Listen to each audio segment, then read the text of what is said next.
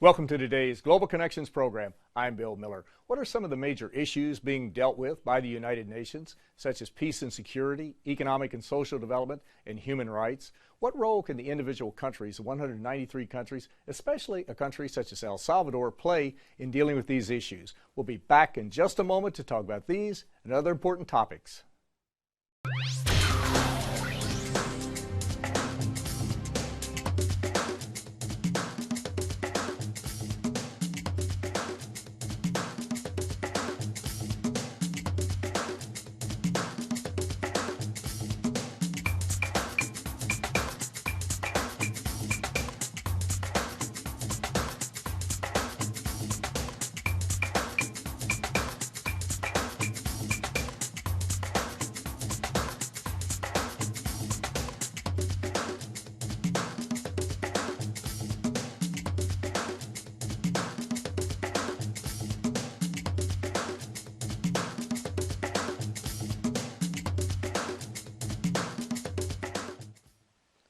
Welcome back to our program. Today we're taking a look at some of the really important issues that are being dealt with at the United Nations on a daily basis and the role that the individual member states, the 193 states, can play.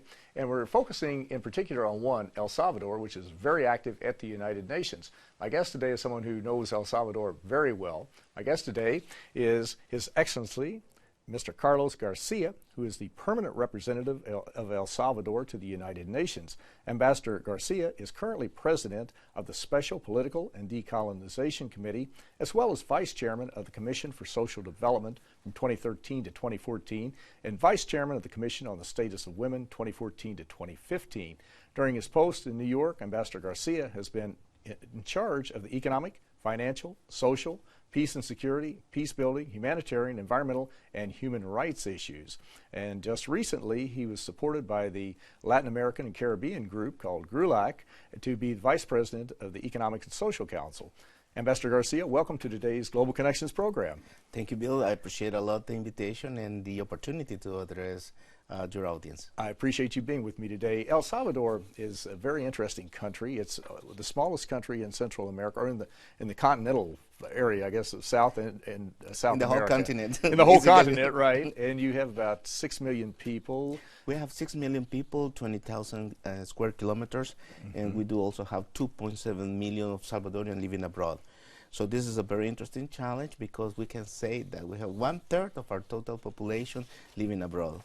It certainly is. It certainly is a challenge. Well, let's talk a little bit about this. You're very involved. I mentioned several areas, and El Salvador is focused on social inclusion of major vulnerable groups, and you've dealt with a wide range of people such as women, elderly, children, just on across the board. How are you getting involved in focusing attention on these vulnerable groups and trying to provide assistance to them? Well, thank you. This is very important because what we are trying to do is to create a connection and make it online. What we are doing inside El Salvador as a national policies towards social inclusion in all those vulnerable groups that you have just mentioned, children, women, elderly, indigenous people, and also persons with disabilities as well, youth. And in order we would like then to extend that we are doing internally to that be reflected at the international level here at the United Nations. In that regards, we are being active, being as Vice President of the Commission for Social Development and the Commission on Status of Women, and next year, as you just mentioned, Vice President of ECOSOC, which, as you know, is the main body of the UN system that deals precisely with the economic and social agenda of our organization. Which is extremely, extremely important. And now you mentioned women in particular, and of course the third Millennium Development Goal is to empower women, and we think of those 8 Millennium Development Goals that were adopted in 2000 to reduce abject poverty by 50%, to promote universal primary school education, and also to empower women. And you've been very active in that area. In fact, you brought a book with you and to talk about a particular program that has been implemented. What is, let's take a look at the book and we'll talk about the program too. This is a very important initiative for El Salvador that is promoted actively by our First Lady, Dr. Amanda Piñato. She is not only the First Lady of El Salvador, but at the same time she is also the Secretariat for Social Inclusion, the official institution that deals precisely with all these vulnerable groups. And this initiative in particular, Ciudad Mujer, is very important because what it is, in a very resumed way to say, is a one-stop shop where women receive 32 different services from government that goes from public support in areas like sexual and reproductive right, entrepreneurship, training, access to credit, either by a financial regular institution or a development bank. Also, they have the opportunity to being trained in areas like agriculture. And the most important, I guess, in my view, would be that is also covering violence against women. And in this regard, there is a unit of the National Civil Police Force within the premises of Ciudad Mujer that, by the way, last Sunday, our First Lady, together with the President of El Salvador, Mauricio Funes, they have the opening of the new fifth premises of Ciudad Mujer in one area of our country called San Miguel. San Miguel. Now, we were talking about the UN Millennium Development Goals. I mentioned 3 of the 8. There are others, too, to reduce infant mortality rates, to reduce maternal mortality rates, reverse the AIDS pandemic, to promote sustainable development, and also to encourage cooperative international partnerships. El Salvador is doing a lot in many of these areas. Are you on track now? It varies from country to country, obviously. Some countries are on track to perhaps achieve all 8, some by 2015, some are achieving part of them. Is El Salvador moving forward on a large number of these Millennium Development Goals? Yes, indeed. We are moving in a very good track in most of the MDGs. And even though we still have a lot of work to do in some areas, like particularly with regards to maternal and child mortality, that's still a challenge for different reasons. But in the rest of the MDGs, our country is performing very well. As you pointed out, MDG 1, reduction of poverty, has been one of the areas in which my country has made positive progress, as well as those areas related with gender, women's, and also with regards to the education. In fact, in education, just a very brief thing, just to highlight that the participation of girl childs at school has overpassed the participation of boys, which is the current tendency in Latin America and the Caribbean. So we are very proud of that, because it means that in our country, 52% of our total populations are women.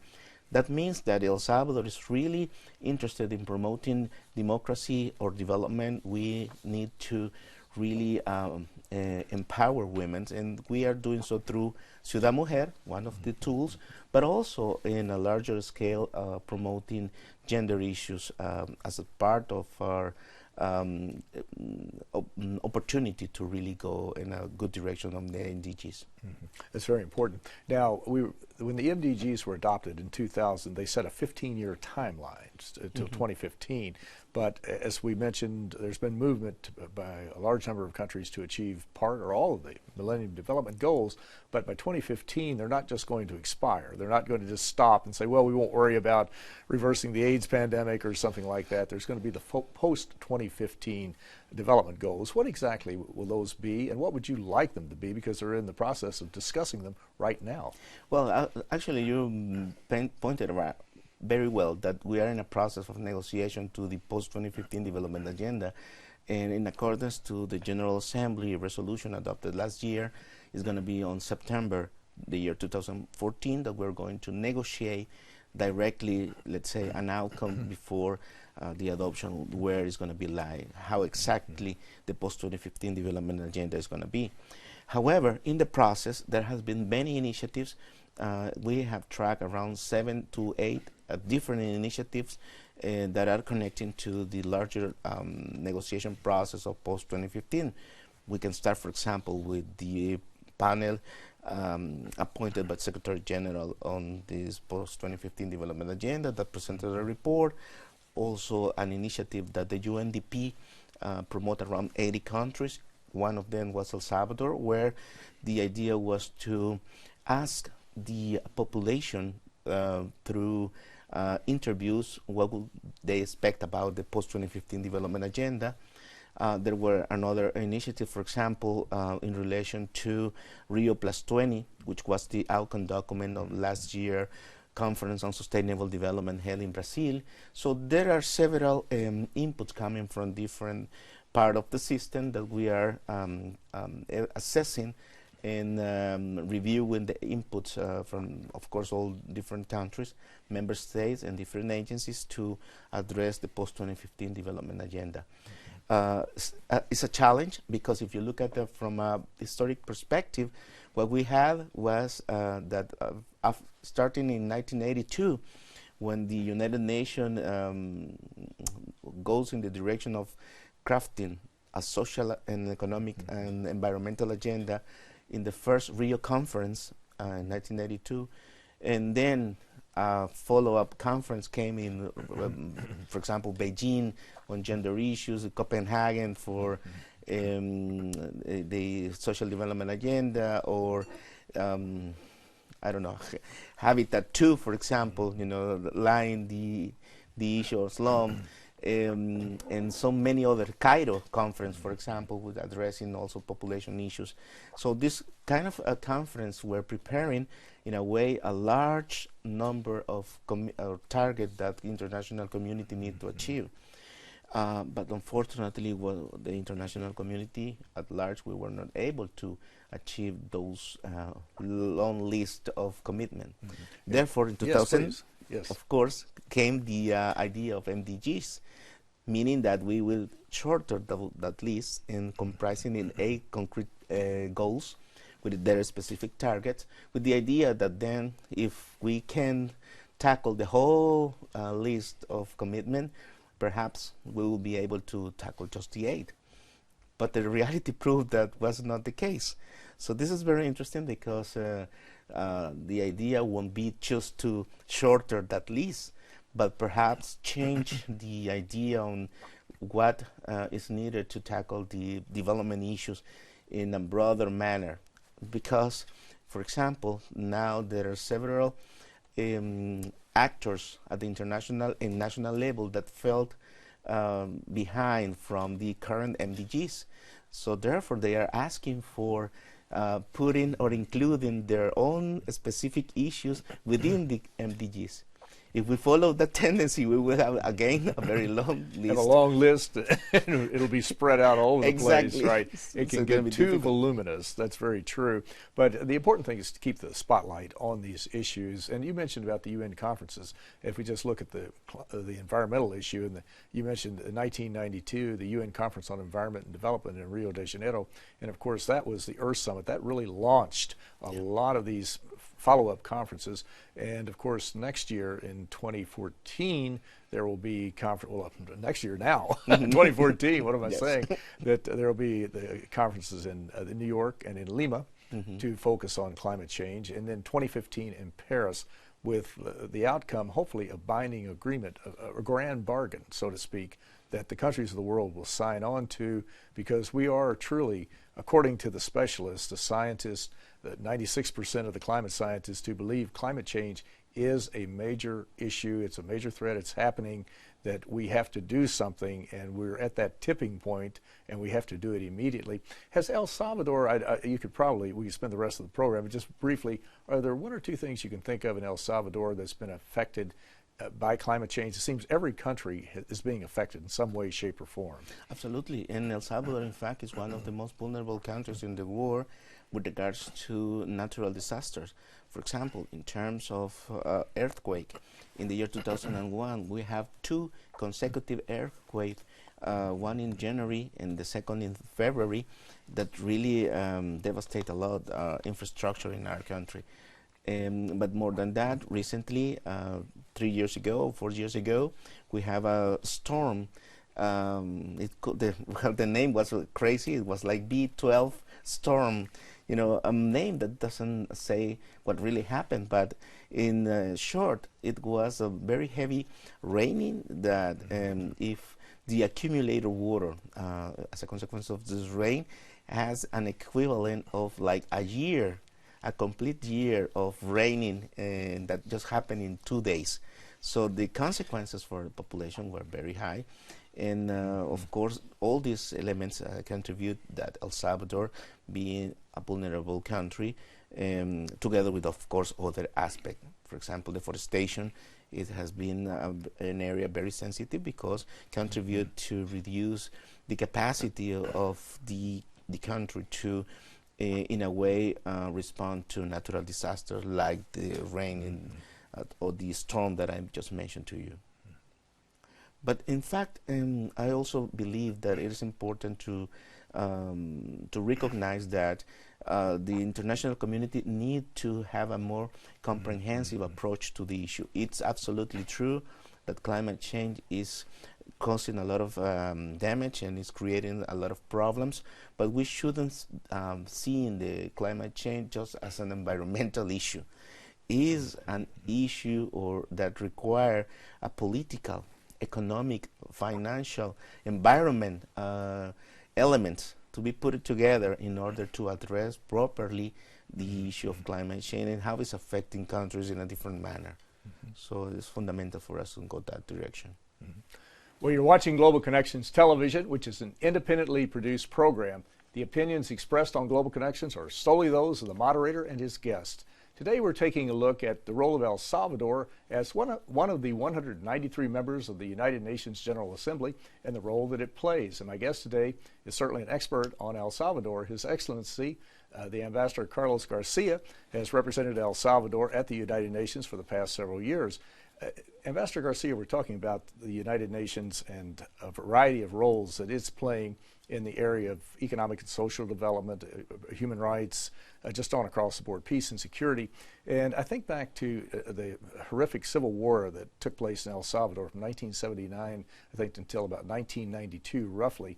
And it was reported there were like 75,000 deaths, hundreds of thousands of people maybe dislocated and that type of thing. What role did the United Nations play in helping to bring peace and stability to El Salvador? Because it seems today El Salvador is certainly progressing, is moving forward, and the war is in the rearview mirror, so to speak.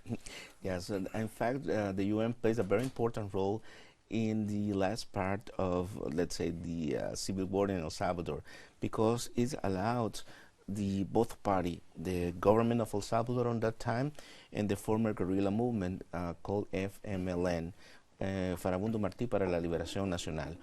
And this is important because for the first time, the United Nations include in one of the components of the peacekeeping operation, ONUSAL, that was the name of this mission from the UN, a component on human rights.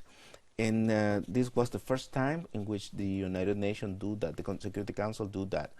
And it was a very important tool because the very first agreement signed between the government and the former guerrilla movement was about human rights.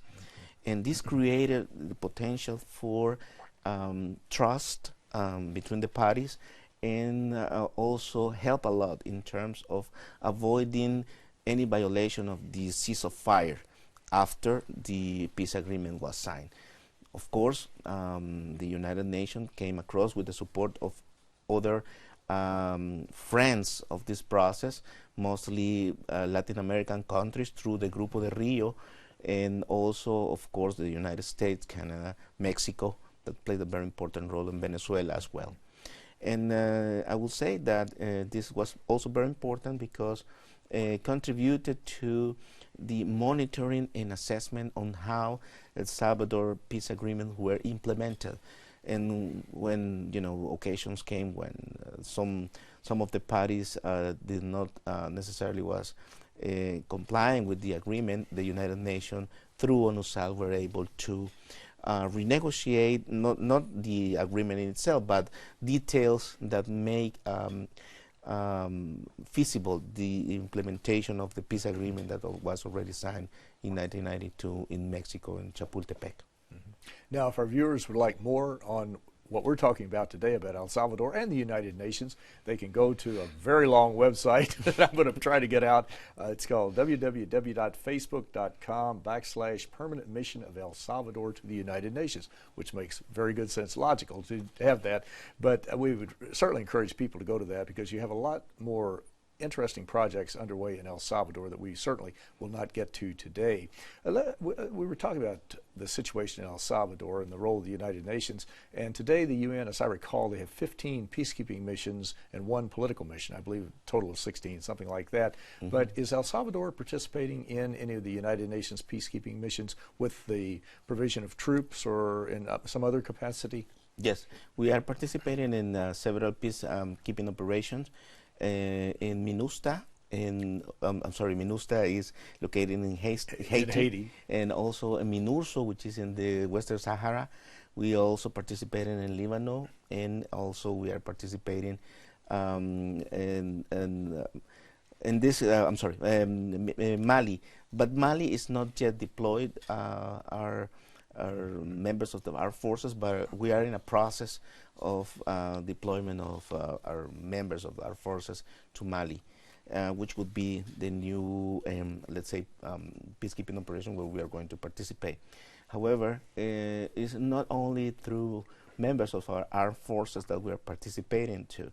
We are also including members of the National Civil Police, and mostly they are participating in MINUSTA, which is the mission of the United Nations in Haiti. And that's very important because it allows El Salvador to contribute to the international community with the experience and the lessons learned that we had during the civil war of my country, as well as the process of peacekeeping process held in El Salvador in order to build democracy in our country. So yes, we are. It sounds very like you're actively involved, in right? Peacekeeping yes. operation Certainly as well. not just one, several exactly. Now, there's another program you're involved in. It's the Delivery as One program. What exactly is that, and what role does El Salvador play in it? This is a very interesting program. It was created in the conference of 2005 when heads of state and government of all member states of the United Nations agree on an outcome document where it was decided that we need to reform the United Nations. Mm-hmm. And this issue of reform of the United Nations has different components. You may hear probably about the reform of Security Council, reform of ECOSOC, and so on and so forth.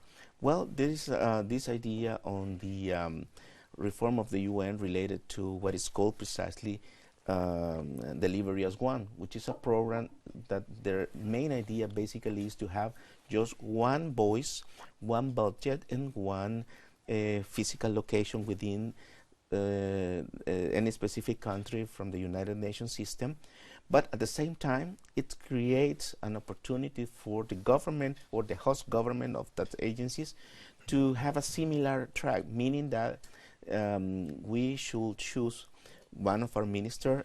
In the case of El Salvador, was the Vice Minister of International Cooperation, who be the voice of our country in dealing with the agencies, funds, and program of the United Nations, like UNDP, UNFPA, UNICEF, World Food Program, UN Women, and any other agencies that may have bases in El Salvador. This program is very important because there were 8 pilot projects promoted initially in this issue, and there has been some very important progress. In the context of Latin America and the Caribbean, just Uruguay was one of the countries who is part of this pilot project. However, Secretary General, when he announces what are going to be his priorities during his, let's say, next term, some years ago, a couple of years ago, he invited the international community to have a kind of new version of this Delivery as One program. And in that regards, El Salvador was appointed as the first self-starter country in promoting Delivery as One program. meaning that we are for the time being, one of the countries that is going to implement this vision or program of delivery as one by our own, with the support of the UN country team based in San Salvador.